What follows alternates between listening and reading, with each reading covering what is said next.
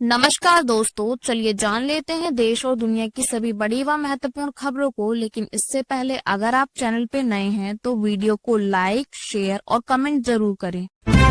ममता बनर्जी बोली, PM CM हटाने वाला बिल लोकतंत्र को खत्म करेगा। यह सुपर इमरजेंसी से भी बड़ा खतरा है। राहुल गांधी ने कहा, यह बिल हमें मध्यकाल में ले जाएगा जहां राजा अपनी मर्जी से किसी को भी हटा देता था।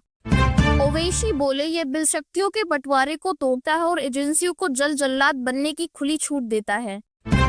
अमित शाह ने कहा, मोदी खुद को कानून के दायरे में ला रहे हैं, लेकिन कांग्रेस जेल से ही सरकार चलाने की परंपरा बचा रही है। शशि थरूर बोले, इसमें कुछ गलत नहीं, गंभीर मामलों में गिरफ्तारी के बाद पद छोड़ना लोकतंत्र के लिए अच्छा कदम है।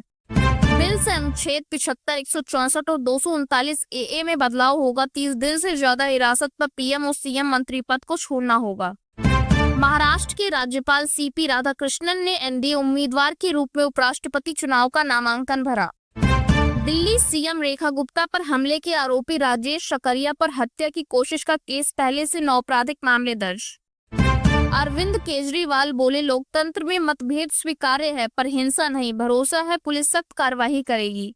कपिल मिश्रा बोले, सीएम पर विभत्स हमला हुआ, आरोपी ने जमीन पर गिराकर जान से मारने की नियत से वार किया था। आतिशी और देवेंद्र यादव ने हमले की निंदा की, बोले लोकतंत्र में असहमति की जगह है लेकिन हिंसा के लिए कोई जगह नहीं है। योगी सरकार ने कल्याण योजनाओं में पारदर्शिता और फर्जीवाड़ा रोकने के लिए आर्टिफिशियल इंटेलिजेंस का सहारा लिया। इलाहाबाद हाई कोर्ट ने अब्बास अंसारी को हेट स्पीच केस में मिली 2 साल की सजा पर रोक लगाई, विधायकी बहाल हो सकती है। आंध्र प्रदेश के डिप्टी सीएम पवन कल्याण पर आरोप, फिल्मों से फायदा दिलाने और प्रचार में सरकारी संसाधनों का दुरुपयोग। प्रशांत किशोर ने राहुल, नीतीश, कांग्रेस और आरजेडी पर हमला बोला, वोट अधिकार यात्रा को बेकार बताया और नीतीश पर सवाल उठाए। पूर्व मंत्री नागमणि ने 14वीं बार पार्टी बदली और बीजेपी ज्वाइन की। अब तक कांग्रेस, राजद, जदयू, बसपा समेत कई दलों में रह चुके। बेस्ट क्रेडिट सोसाइटी चुनाव में ठाकरे बंधुओं का उत्कर्ष पैनल सभी 21 सीटों पर हारा। ये बीएनसी चुनाव से पहले बड़ी हार है। हार के बाद ठाकरे गठबंधन की रणनीति पर सवाल उठे। बीजेपी शिंदे गुट को चुनौती देने की योजना कमजोर पड़ती दिख रही है।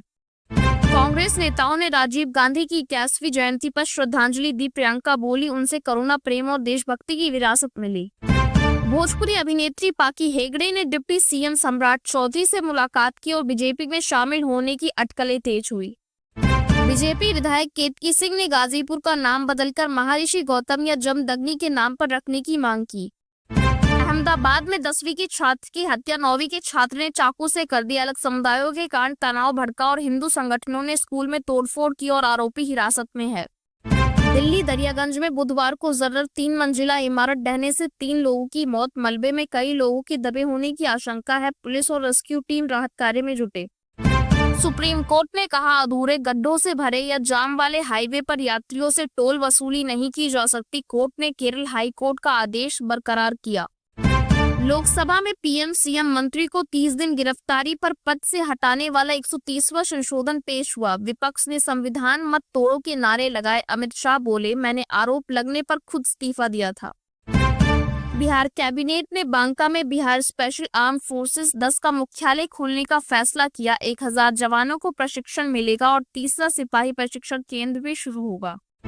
आंध्र प्रदेश सीएम चंद्रबाबू नायडू ने बताया कि तिरुमाला मंदिर में एक कारोबारी ने 121 किलो सोना, जिसकी कीमत 140 करोड़ रुपए है, भगवान वेंकटेश्वर स्वामी को दान करने का निर्णय किया।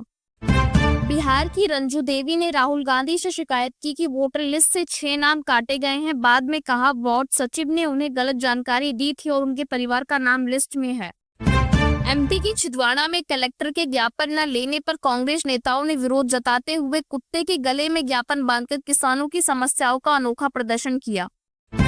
लोकसभा ने ऑनलाइन गेमिंग बिलिंग 2025 पास किया। पैसों के लेन देन और बैटिंग वाले गेम्स बैन होंगे। उल्लंघन पर 1 करोड़ जुर्माना तथा 3 साल की जेल हो सकती है और विज्ञापन करने वालों पर भी कार्यवाही होगी।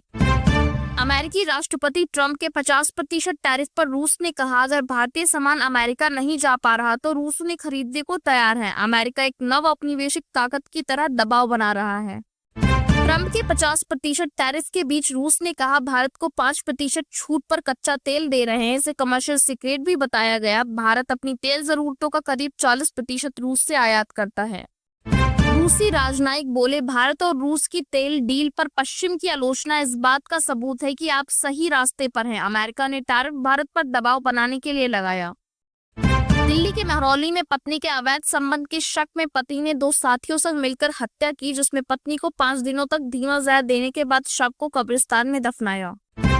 यूपी के बहराइच में मां ने 7 फीट के मगरमच्छ से भिड़कर बेटे की जान बचाई। 5 मिनट की जद्दोजहद के बाद लोहे की रॉड से मगरमच्छ के जबड़े खोलकर बच्चे को छुड़ाया। गौतम बुद्ध नगर यूपी में गुरु द्रोणाचार्य मेले को देखते हुए 22 अगस्त को सभी स्कूल, कॉलेज और शिक्षण संस्थान बंद रहेंगे और अगले हफ्ते गणेश चतुर्थी को भी छुट्टी रहेगी। मुंबई में लगातार बारिश से आम लोग और बॉलीवुड सितारे दोनों परेशान हैं। जुहू में अमिताभ बच्चन का बंगला भी जलमग्न हो गया। प्रधानमंत्री नरेंद्र मोदी जल्द चीन यात्रा पर जा सकते हैं। सीमा पर शांति बनाए रखने के लिए भारत चीन ने नए कदम और ग्रुप बनाने पर सहमति दी। केंद्र सरकार ने 1 करोड़ 17 लाख अपात्र राशन कार्ड धारकों की सूची तैयार कर राज्यों को 30 सितंबर तक नाम हटाने का आदेश दिया। मुख्यमंत्री नीतीश कुमार ने पटना मेट्रो प्रगति का जायजा लिया और कहा कि सितंबर तक प्रायोरिटी कॉरिडोर में मेट्रो परिचालन शुरू होगा। गुरुग्राम गोल्ड लोन शाखा से 8 किलो 500 ग्राम सोने की लूट मामले में पुलिस ने 3 बदमाश पकड़े। इंस्टाग्राम पर बना था 10 लोगों का गैंग। दिल्ली के 50 से ज्यादा स्कूलों को ईमेल से बम धमकी मिली। इससे पहले 32 स्कूलों को द टेरराइजर्स 111 ग्रुप से चेतावनी भेजी गई थी।